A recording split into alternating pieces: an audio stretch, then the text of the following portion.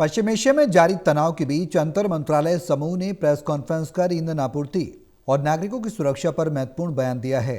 Petroleum मंत्रालय, shipping मंत्रालय और विदेश मंत्रालय ने जानकारी दी है कि स्थिति पर लगातार नजर रखी जा रही है।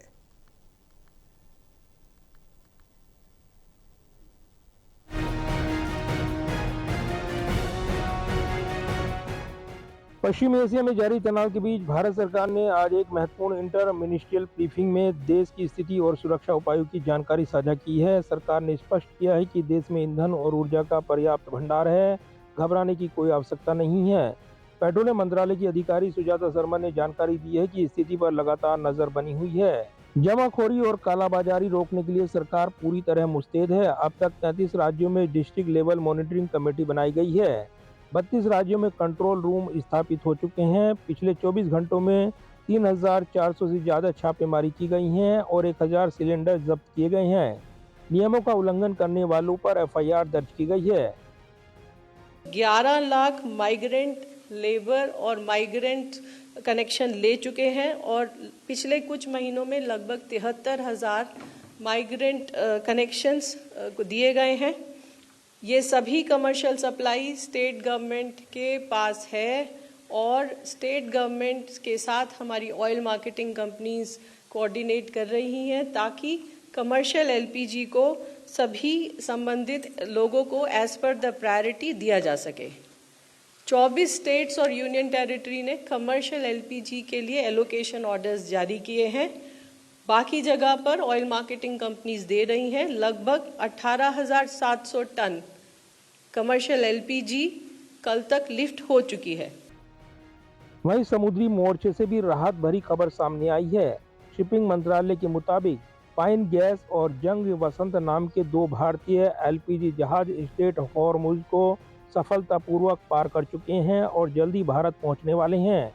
खाड़ी क्षेत्र में मौजूद अन्य 20 भारतीय जहाजों और 540 नाविकों की सुरक्षा पर लगातार नजर रखी जा रही है। कि अब हमारे पहले 22 जहाज थे, अब 20 हैं जो west of strait of Hormuz हैं, पर्शियन गल्फ में। उनके मूवमेंट का नेक्स्ट 24 आवर 48 आवर्स में यदि कोई मूवमेंट होगा, कोई फर्म इंफॉर्मेशन होगी, मैं आपसे शेयर करूंगा। और ये भी सवाल था कि क्या उसमें नंबर में बढ़ोतरी हुई है या क्या ब्रेकअप है उसका, ये भी मैंने कल या परसों बताया था, मैं दोबारा बता देता हूँ। एलपीजी टैंकर्स 5 हैं जो लोडेड हैं। एक एलपीजी टैंकर है जो एम्प्टी बैलेस्ट पे था, बट अब वो ड्राई डॉक से बाहर आ गया है और आने वाले 3-4 दिन में वो भी उसकी भी लोडिंग होगी। So finally will have 6 LPG loaded carriers.